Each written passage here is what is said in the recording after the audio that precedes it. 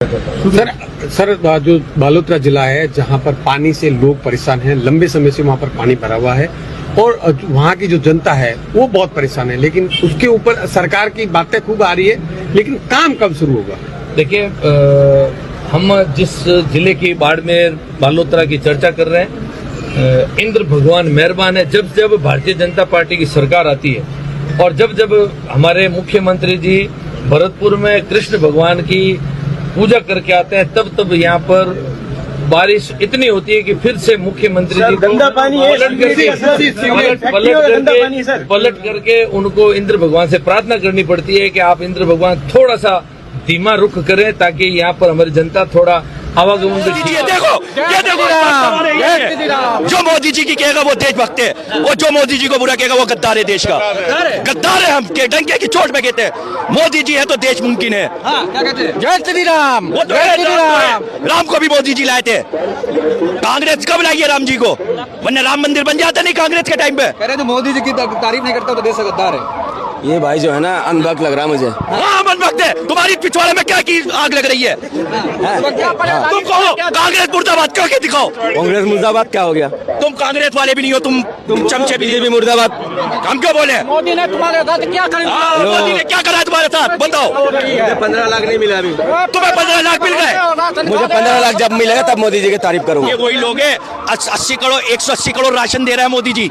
180 करोड़ को राशन दे रहा है मोदी जी। अरे रोहिंग्या बांग्लादेशी, अरे सुनोगे नहीं, रोहिंग्या बांग्लादेशियों को नहीं मिल लिया? 140 करोड़ हिंदुस्तान की आबादी है, रोहिंग्या बांग्लादेशी भी तो है देश में, उनको नहीं दे रहे मोदी जी राशन। 180 करोड़ को मोदी जी राशन दे रहा है। ये झूठ बोल रहे हैं। 80 करोड़ को बांट रहा है मोदी जी। 180 करोड़ को दे रहा है। व्हाट्सएप पे आया था हमारे पास लिखा हुआ।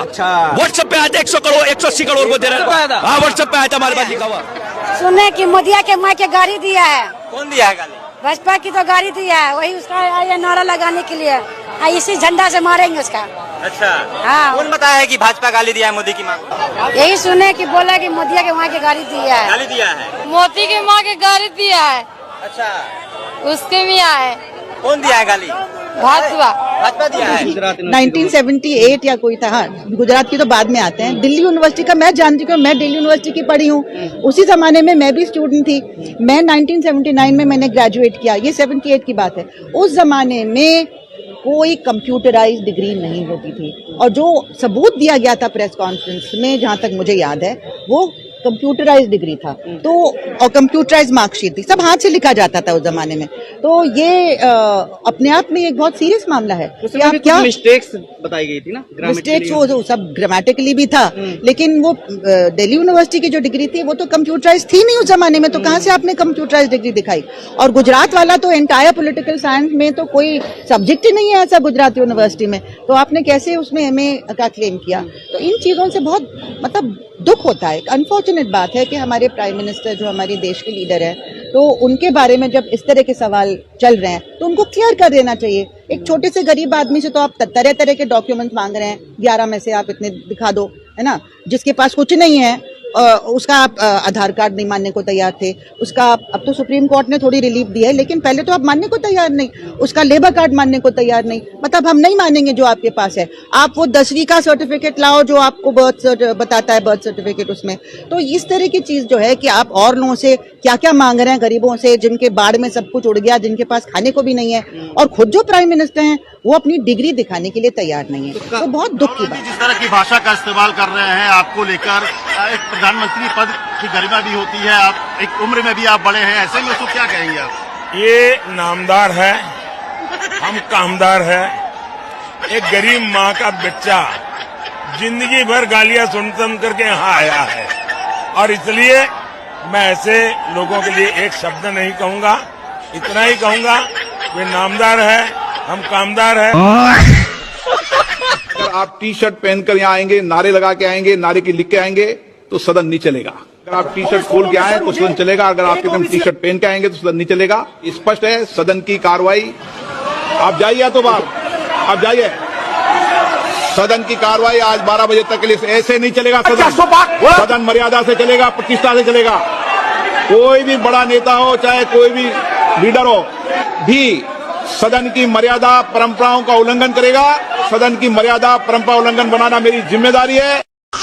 Thank you, President, and congratulations on your election. I stand here tonight holding my young son, as you can see, with his bedtime fast approaching. I am praying that Augie and I make it through this speech unscathed, so Godspeed. Augie is here not as a symbol, but as a powerful reminder of why I am here. I am a wife and a mum from the outer suburbs of Queensland. I come to this place to fight for other Queensland families. Mums and dads fundamentally belong in this chamber, not in theory, but in the full lived reality of working parents. The mess, the chaos, the juggle and the struggle, and of course, the magic and the mayhem that comes with raising children. Mums are masters in turning chaos into order and making the impossible possible. And I hope to bring... अगर आप T shirt पहनकर यहाँ आएंगे, नारे लगा के आएंगे, नारे की लिख के आएंगे, तो सदन नहीं चलेगा। अगर आप टी शर्ट खोल के आए तो सदन चलेगा। अगर आप जर्सी का कौन बोला था? एक मिनट, प्रधानमंत्री है ना बोली थी, कोई और बोला था? जर्सी का गाली है। मैंने तो कहा है जर्सी का। हम आपको जर्सी का बोलेंगे? एकदम नहीं। क्या बात कर रही हैं? हम अभी आपको जर्सी का बोलेंगे, आप अभी मेरे पे 4 को एफआईआर करवा दीजिएगा। बात कर रही है जर्सी का सभी संवैधानिक शब्द है क्या मैम? नहीं, हम ये नहीं बोल रहे, किसी का नाम लेके बोला 3000 देश की पॉइंट मिलता है, आप प्रज्वल रेवन्ना में आप विरोध नहीं कर रहे हैं। किसी का नाम लेके बोला गया था, बोला गया तो था। जेल में है ना जो बोला गया है, सुनिए, विरोध कर रही है। आप सत्ता में आप है, प्रशासन आपके पास है, सब आपके पास है। कर रहे हैं ना, न्यूज आ गई, पुलिस इन्वेस्टिगेशन की रिपोर्ट भी आ गई है। उस रिपोर्ट में ये पाया गया कि जो व्यक्ति जिसने ये गाली दी, ना वो राजद का वोटर है, मतलब ना वो राजद के साथ जुड़ा हुआ है, ना वो कांग्रेस के साथ जुड़ा हुआ है। तो अब ये लोग क्या करेंगे? मुद्दा बना ही नहीं पाएंगे। आगे आप मंगवा लीजिए, अपने चैनल के लोगों से बोल दीजिए, दिखा देंगे रिपोर्ट देश को। अब देश यही सामने से देखे कि कैसे इसको मुद्दा बनाए जाने की कोशिश की गई, पर वो नाकाम है। पर एक बात मैं जो जोड़ना चाहूंगी, कभी भी किसी की माँ या बहन या किसी भी महिला को राजनीति में इस तरीके से घसीटना नहीं चाहिए जैसे राधिका जी ने घसीटा। कांग्रेस की प्रवक्ता को बोलती हैं आपकी माँ को गाली देंगे तो कैसा लगेगा, ये नहीं करना चाहिए, क्योंकि रेट तो प्रधानमंत्री जी महिलाओं का लगाते हैं, तो कब किसका रेट लग जाए राधिका जी, कोई ठीक नहीं है। इसलिए ऐसे प्रधानमंत्री जी से भी हमें सतर्क रहने की जरूरत है, क्योंकि वो पहले बोली लगा चुके हैं ना, 50 करोड़ की एक महिला को बता चुके हैं, तो कब किसके बारे में क्या बोल देंगे, कोई ठीक नहीं। और आखिरी बात यही कहूंगी, आपने कहा तेजस्वी जी नाचते हैं, बिल्कुल नाच रहे हैं, जनता के बीच जा रहे हैं। मोदी जी को मत बोलिएगा नाचने के लिए, हड्डी कड़क जाएगी। उनको बोलिएगा कॉपी नहीं करने के लिए, सब कुछ कॉपी कर लेते हैं, बोलिएगा पीछे रहने के लिए, नहीं तो जो उम्र है उनकी बड़ा दिक्कत आ जाएगा उनको ना। राधिका केरा कह रही थी मुझे कांग्रेस में अनसेफ महसूस होता था, प्रेम शुक्ला जी के साथ ऑफिस में बैठती होंगी ना, सेफ बहुत महसूस होता है। तीसरी सबसे इंपॉर्टेंट बात, मोदी जी का मैंने पूरा भाषण सुना, बोल रहे थे माँ के स्थान देवता से ऊपर होला, तो जब माँ का स्थान देवता से ऊपर होता है, हम तो मानते हैं, आप नहीं मानते हैं ना। आप मानते होते तो आप खुद को नॉन बायोलॉजिकल नहीं कहते। नॉन बायोलॉजिकल कहने का मतलब है आपने माँ को माँ मानने से इनकार कर दिया, आपने माँ की उस 9 महीने की प्रसव पीड़ा को अपनाने से इनकार कर दिया, आपने उनका असम्मान किया है। नहीं, कैसे ना बोलूं मैं, अंजना जी खुद को नॉन बायोलॉजिकल कहे, नॉन बायोलॉजिकल कैसे कोई हो सकता है? सब माँ के कोख से ही पैदा होते हैं ना अंजना जी, ये तो बायोलॉजिकल है। सबसे बेसिक चीज जो हम लोग स्कूल में सीखते हैं, बाहर सीखने की जरूरत नहीं है, जो स्कूल में पढ़ता है वो भी सीख जाता है। किसी भी दिन बोलेंगे जा करके बिहार में मोदी जी कि मेरी माँ का अपमान हुआ है, मुझे वोट दो, और गाड़ने वाली बात जब कर रही थी राधिका खेड़ा जी, आपको याद दिला दूं, सम्राट चौधरी जी जो आपकी ही पार्टी से आते हैं, उनके पिता शकुनी चौधरी जी भागलपुर की रैली में कहे थे मोदी जी को जमीन में गाड़ देंगे। अब सम्राट चौधरी जी को कैसे उप मुख्यमंत्री बना के रखी हैं, कब हटवा रही हैं पद से, और कब तक अब भाजपा ऑफिस में खुद को सेफ महसूस करती रहेंगी? क्योंकि प्रेम शुक्ला जैसे लोगों को भी आप लोग पाल पोस रहे हैं, उनको निकालिए, हो सकता है गलती से आप वहां सेफ हो जाएं।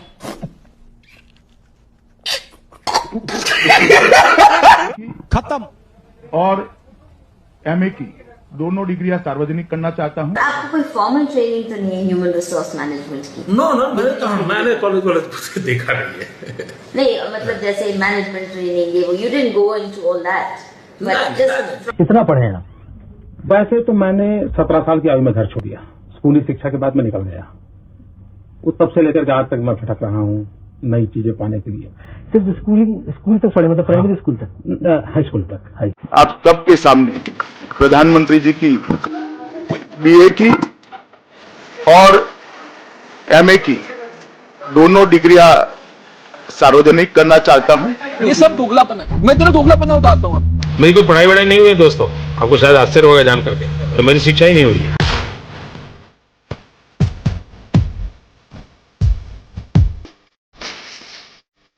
कह रहे थे कि हम स्टूडेंट हो गए इनके, क्या ऐसा दिखा सर में, खान सर में?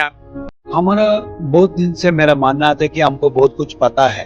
खान सर के बारे में देखने के बाद हमको बोल रहे बहुत कुछ अब सीखना है, तो उसके लिए स्टूडेंट ही बनने बेहतर है। ठीक है, वो नया रेवोल्यूशन, हम भी 30 साल हेल्थ केयर में, हमारा दिमाग में कभी भी नहीं आया था मैं इतना सस्ते में हेल्थ केयर बना सकते हैं। सो ऐसा सोच किसी के पास है।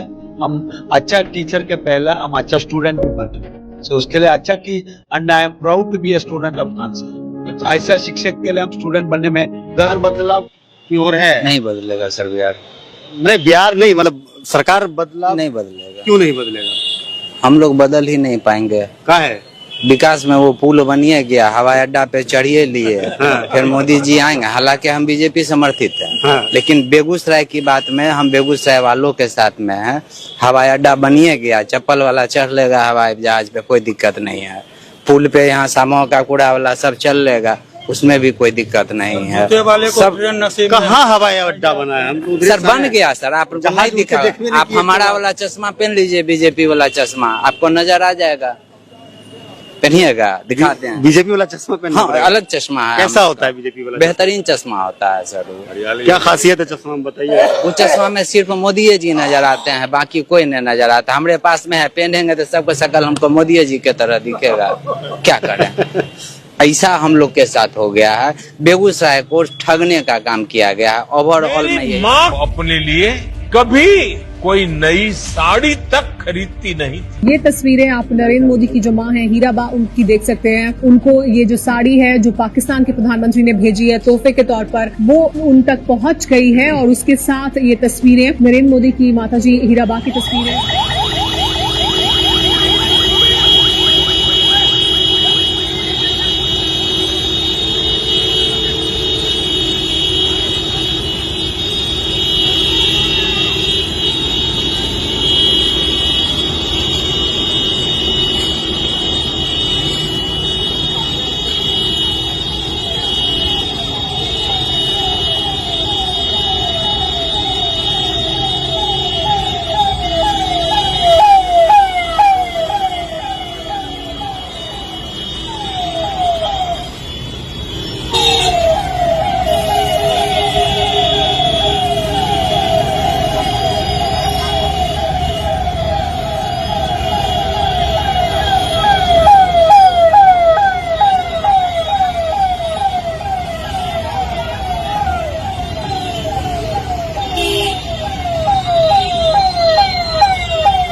आपको याद है, इस देश में एक प्रधानमंत्री थे, उनका नाम राजीव गांधी। उन्होंने संसद में कहा था ये कि जब मैं गरीब आदमी के विकास के लिए दिल्ली से 1 रुपया भेजता हूँ तो उस गरीब आदमी के पास 15 पैसा ही पहुँचता है। 85 पैसे की लूट होती है। किसी नेता माई के लाल में दम नहीं थी जो राजीव गांधी के कहे हुए को गलत सिद्ध करे। और फिर राजीव गांधी के बाद कितने प्रधानमंत्री आए? वीपी सिंह आए, चंद्रशेखर आए, नरसिम्हा राव आए, इंद्र कुमार गुजराल आए, देवे गौड़ा आए, अटल बिहारी वाजपेयी आए और अब मनमोहन सिंह आए।